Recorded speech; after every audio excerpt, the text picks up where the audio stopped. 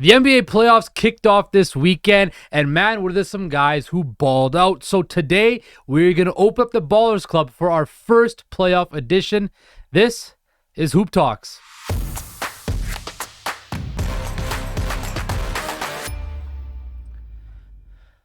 What is up, everybody? Welcome to Hoop Talks. Justin Pooni, joined with Jelani Goodridge-Reid, Noor Zainab. Guys, what a weekend it was in the world of basketball. That's all I did this weekend. I watched basketball. Yeah, same. It was a great weekend. Great weekend. I know Jelani was busy with a bit of Netflix reality TV for a little bit. Love is Blind. Shout out to Love is Blind crew. Shameless Shout plug. out to the crew. Netflix I know was giving us some issues, but we're here. We're up. I did hear Netflix fumbled the bag a little bit, but you know who didn't fumble the bag? The guys who are in the Ballers Club. So guys, because the playoffs started out, it's going to be a little segment that's be going on, hosted by yours truly, because I'm the biggest baller of them all. Okay. Let's continue. Shameless plug by myself. But Yeah, shameless. Basically, every time we record Hoop Talks, we'll be having I'll be displaying a couple guys that deserve to be in the Ballers Club because they showed out when it mattered the most in the playoffs. So today, we're going to start off with 4 people. And the first person plays in the city that never sleeps.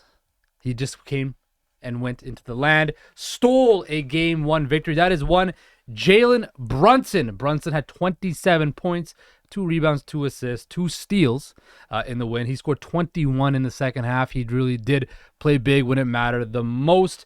And he had 3 fouls as well. So he was playing with a bit of foul trouble as well. And he played very well. Now, guys, of course, Jalen Brunson left Dallas last year after he helped them go to the Western Conference Finals, signed a 4-year, $104 million deal last year. And the best part is the poetic justice or the artistic thing of this was he did it against the Cleveland Cavaliers and Donovan Mitchell. And Donovan Mitchell, of course, was hot on the Knicks' radar. And the Knicks basically chose Jalen Brunson over Donovan Mitchell. So I'm going to pose this question to you.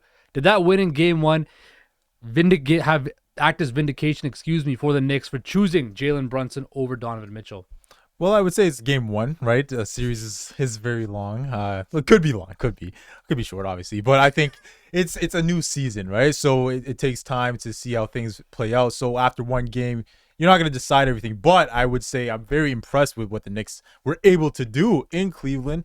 And they led the way, through Brunson's performance. Brunson, definitely you got to argue this might be the signing of the offseason that really changed things in the NBA, right? Because the Knicks, look, they're usually laughed at and they're usually the joke, right? Oh, it's the Knicks, whatever. But this year they were playing some really good basketball, and they've been playing really good basketball. Obviously, Randall, when he's his all-star level self, they play through him, but it's obviously definitely through Brunson. So I think it is justified right now. And if you're Dallas and you're watching these playoffs, you're watching what he's done all year, actually, you're sitting in a spot where it's like, man, they should be embarrassed. You're sitting at home on the couch, Jelani. They're not even sitting in just they're the at spot. home. They're at home munching on some sun chips, watching Jalen Brunson go off, the guy that they let go, because how much would that have helped their team right now? And you see, last year in the playoffs, the 5 versus 4 in the West, it was Dallas versus Utah. Who was on Utah at the time? Mitchell, right? And Brunson played a huge role in Dallas beating Mitchell's Jazz last year. So we might see the same thing again. I think it's something where the Mavs should be embarrassed. Now, no, you always clown on the Knicks, so you kind of have to eat a slice of humble pie here now, don't you? I don't think I have, but I think we all collectively give the Knicks a little bit of, okay, you're whatever, God. But a lot of us just give them a little bit of slack every now and then because it's the Knicks. But I was worried about them after Julius Randle's incident, just knowing not even like would he play, but just like what level he would look like, what his rehabilitation would look like going into the playoffs now. But even regardless of how he played, you'd really need to have him have a massive night because you saw Donovan Mitchell put up 38 points. The fact that the Cavaliers didn't win with that is kind of crazy. They were also in Cleveland. Kind of crazy. Their defense lacked. Having Jared Allen and Evan Mobley on the roster, kind of insane. Doesn't really make a lot of sense. And I think that's also the point when we kind of notice that the Knicks have a lot of pieces they can rely on. They've got Jalen Brunson. You have Julius Randle. But then there's also guys like Josh Hart off the bench, Emmanuel Quickley. There's big guys that can give them contribution from all angles. And That's what we're seeing happen. And Donovan Mitchell's amazing. He's great. But that 38 points should have been enough for this Cavs team to get the win. But they did not. It was also a really Credit to ugly them. night shooting for both teams. I think the Knicks only shot like 27% from 3-point range. Julius Randle was really inefficient. But then when it mattered the most, Jalen Brunson stepped up big. You know, a couple big layups at the end, a couple of nice Yeah. buckets. He only played 9 minutes for the first half, too. Yeah, because he was in foul trouble. Yeah, 21 points in the second half. Yep. Just showed you how Nuts. being aggressive and the confidence he has this year. He should have been an all-star. An absolute travesty he wasn't an all-star. Moving on to the next baller from this past weekend, another guard from Sacramento, and he actually lit the damn beam after a Game 1 victory, 126-123 over the Golden State Warriors. And that was the only DeAaron Fox, 40 minutes played, 38 points, was guarding Steph Curry.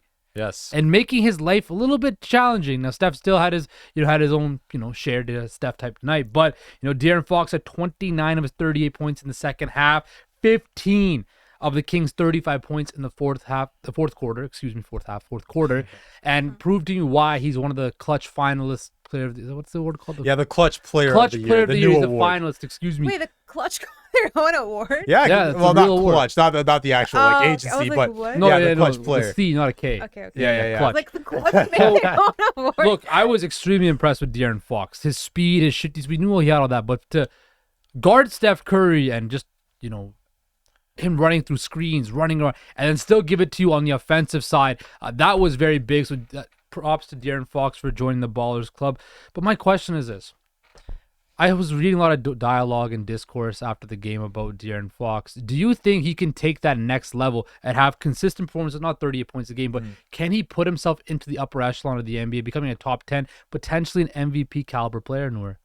I think, well, this is his 6th year in the NBA. This is his first year in the playoffs. And seeing what he's doing right now is it's about giving him the right resources to be where he is, right? He wouldn't have been able to do that by himself. It's just no guy who, no matter how great you are, especially in a conference like the West where everything is so up and down, can you take a team on your back and make them win. So the fact that he now has this supporting cast and a roster that can put him in the best places to be, I think bodes well for his future. Now, I don't know how that will look for him in terms of the greatness. I think that's still a long way to go, and we need to see a lot more of the same things that we've seen this year stack up over the next few years. But once that gets done, and if they make, let's say, I think what sucks is they have to go against the Warriors in the first round, and if a lot of people probably don't have them going over the Warriors, but I do think if they somehow get this series going, this could be the start of something for the Kings and for De'Aaron Fox. Yeah, well, when he got drafted, right, we were expecting to see this, right? Yeah. When he was at Kentucky, he was lighting up the place, obviously with Malik Monk as well. Shout out to him, great performance. 32 points off the bench, on right? the bench. Great. Yeah, so we were expecting this from De'Aaron Fox, and over the last few years, he's actually been he's been balling. It's just the problem is Sacramento wasn't looking like this, right? So you weren't going to hear about them a lot. Yeah. There were arguments to be made the last few years. Was he, an all-star or just outside of that all-star, caliber player? The last 3 years, he's been around that 25 points per game mark. So he's been balling as of late, right? So what I want to see is, yes, more consistency as we move forward. If we could see runs like these as we go forward in the years to come, yes, he could definitely make a case because he has the tools, he has the talent to do it. And if he's the leader of a playoff team in the West, it's a high-end playoff team in the West too. And I think the biggest thing with De'Aaron Fox is he played in Sacramento for so many years, and we know this is finally the first year in a really long time that Sacramento is getting put on the national NBA stage. They played on ABC for the first time since like 07, Sacramento right? looked lit last night, too. It did. The crowd was into it. They What got a dumbbells, great, cowbells, and what an everything out atmosphere they had in Sacramento. And De'Aaron Fox is leading the charge. Now, DeMontis Sabonis didn't have the best game, but when you have a guy like Malik Monk that can chip in with 30 points off the bench and a guy like De'Aaron Fox, I'm not saying he's going to get 38 every game, but if he can do that and make Steph Curry's life not difficult, but make him really work for those 30 points. And Steph, what was he? I think he was, he had third, sub 50% from 3-point range. I think it was a little bit above from the field. So if you can make Steph Curry's life difficult, that is very important. But I still think the Warriors have the series. But it was a great moment to watch De'Aaron Fox, a guy who's been through so much in Sacramento, to light that beam at the end of the game. And he's been patient too. He's been very patient. Long process. They drafted Tyrese Halliburton and then decided, we're going to go with De'Aaron Fox, and it looks like it's paying off for Sacramento. Speaking of paying off, the Los Angeles Lakers by, oh my, Uh-oh. the LA Lakers. Not led by LeBron James. Not really led by Anthony Davis at the end of the game. Led by Austin Reaves and Rui Hachimura. Rui had 29 points coming off the bench, 11 of 14 from the field, 5 3-pointers. Holy moly, Jelani. 6 rebounds, 1 assist. Noor. Austin Reaves had 23 points. He had 8 for 13 from the field, and he had his I'm him moment. Dare I say, this might have been the most impressive performance by a Laker duo in the playoffs since Shaq and Kobe. And for all of you out there, I am completely joking. But don't dare it. If the Lakers want to win this series, which, we both predicted they would win. I did too. Did you? Yeah, oh my God, you did. That's right. You had the Lakers. You guys, the Lakers. Yeah. Watch the conference finals. Jelani Goodridge-Reid. Yes. I was with you. I forgot. Yeah, y'all were, Lay because down I and said I wouldn't be shocked if the Lakers win, but I had the Grizzlies. That's right. Oh, that's right. Sorry, you picked the Grizzlies. I did. And you picked the Lakers. Yeah, I did. It's natural for us to be against each other. Yeah. So So yeah. So funny. Anyway. Dying of But if the laughter. Lakers want to win this series, do they need to have duplicate performances from Rui and Austin Reaves like that if they have any chance of continuing their success against the Grizzlies? Well, first of all, I'm very impressed with what I saw. Right, Reaves 23, 4 and 3, and then Rui obviously the 29, 1 and 6. I'm not gonna expect to see these guys shoot at a high clip like that for the foreseeable. No. Even Desmond Bain came out and said they wanted to force Rui Hachimura specifically into taking those shots. Open He just shots. made sure that he got them through. So it worked out for him. He said, let's see if it happens on Wednesday. They We'll said see. that they're gonna do the same thing on game 2 too. They're gonna leave it wide open. I'm So like, okay. I was very impressed, right? I think Austin Reaves, he's coming into his own, and I think he's definitely a real piece. Is he $100 million guy season? I don't know. He's gonna get that. He is, but He is. I don't know. He's playing up to that playing very standard, well, though. And he's LeBron in this time of year. He wants guys that will help him out, right, for those runs. And if play Reaves- smart basketball. If he could do that, then you're playing with something. And then obviously Hachimura, they brought him in because they wanted to, solidify that depth. And he was playing really well offensively. That third quarter was huge. Okay, 12 points. He didn't miss from downtown in their run. They had like a 37-25 run in the third quarter. That's what really was the difference. So we'll see. Konnichiwa Kawhi right there. With the Japanese right there. Nice.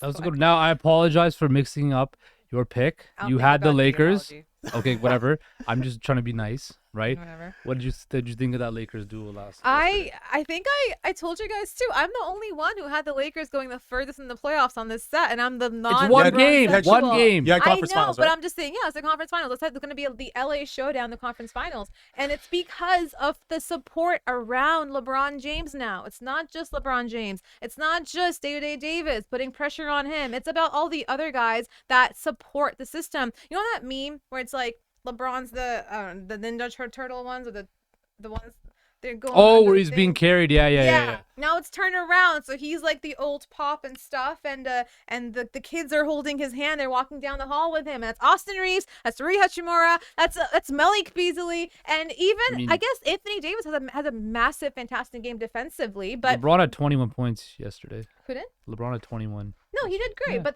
that also meant that it allowed people around him still being LeBron, lets people on his Okay. team open up. Now, Lets them have points that they did. last member of the Ballers Club. Quickly, because I know you have a lot to say I'm not about gonna it. be doing quickly. Not gonna be quick. Return of playoff Kawhi Leonard. 38 points.